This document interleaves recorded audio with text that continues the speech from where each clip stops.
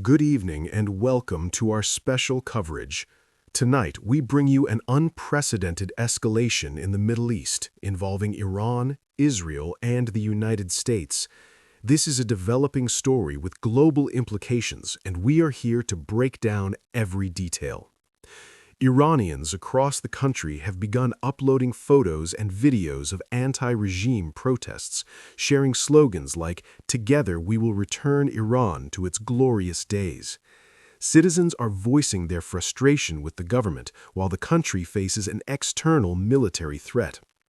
Meanwhile, former President Donald Trump and the Israeli military have described their attacks on Iran as preemptive strikes against Iranian threats. The Pentagon has named this operation Operation Epic Fury.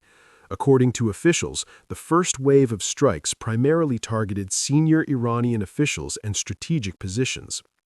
An Israeli official confirmed that Supreme Leader Ayatollah Khamenei and President Masoud Pezeshkian were among the intended targets, though the results of the strikes remain unclear. Sources told Reuters that Khamenei was not in Tehran and had been moved to a secure location prior to the attacks. Iranian sources close to the establishment have reported that several senior political officials and commanders of the Revolutionary Guards were killed. Meanwhile, the scale of Iran's retaliatory strikes is becoming apparent across the Middle East. Iranian commanders have asserted that there are no red lines and no targets are off limits. Explosions have been reported in Bahrain, Abu Dhabi, and Kuwait, suggesting that Iran is actively targeting as many U.S. bases in the region as possible. The UAE and Kuwait have closed their airspace as tensions rise.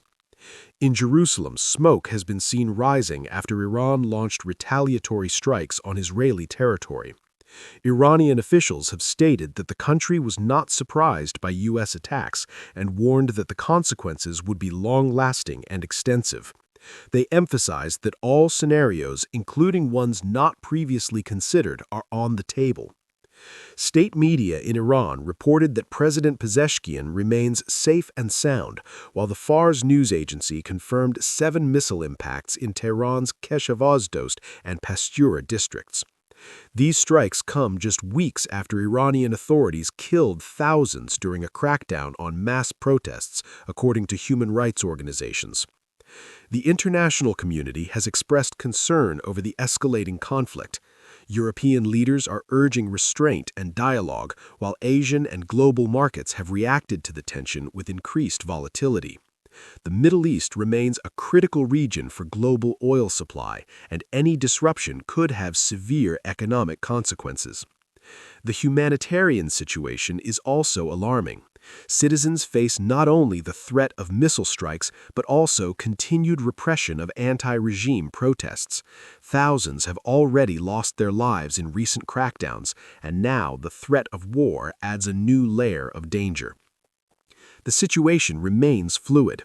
Analysts warn that the next few days could see continued retaliatory strikes on both sides, diplomatic intervention attempting to prevent wider conflict, or escalation into broader regional warfare. All eyes remain on Tehran, Jerusalem, Washington, and key U.S. military bases in the region.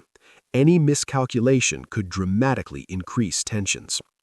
In summary, today's attacks and retaliatory strikes have dramatically increased instability in the Middle East. The involvement of Iran, Israel, and the United States has implications for global politics, security, and the world economy. This is a historic moment, and the world is watching closely. Stay tuned for continuous updates as the situation unfolds.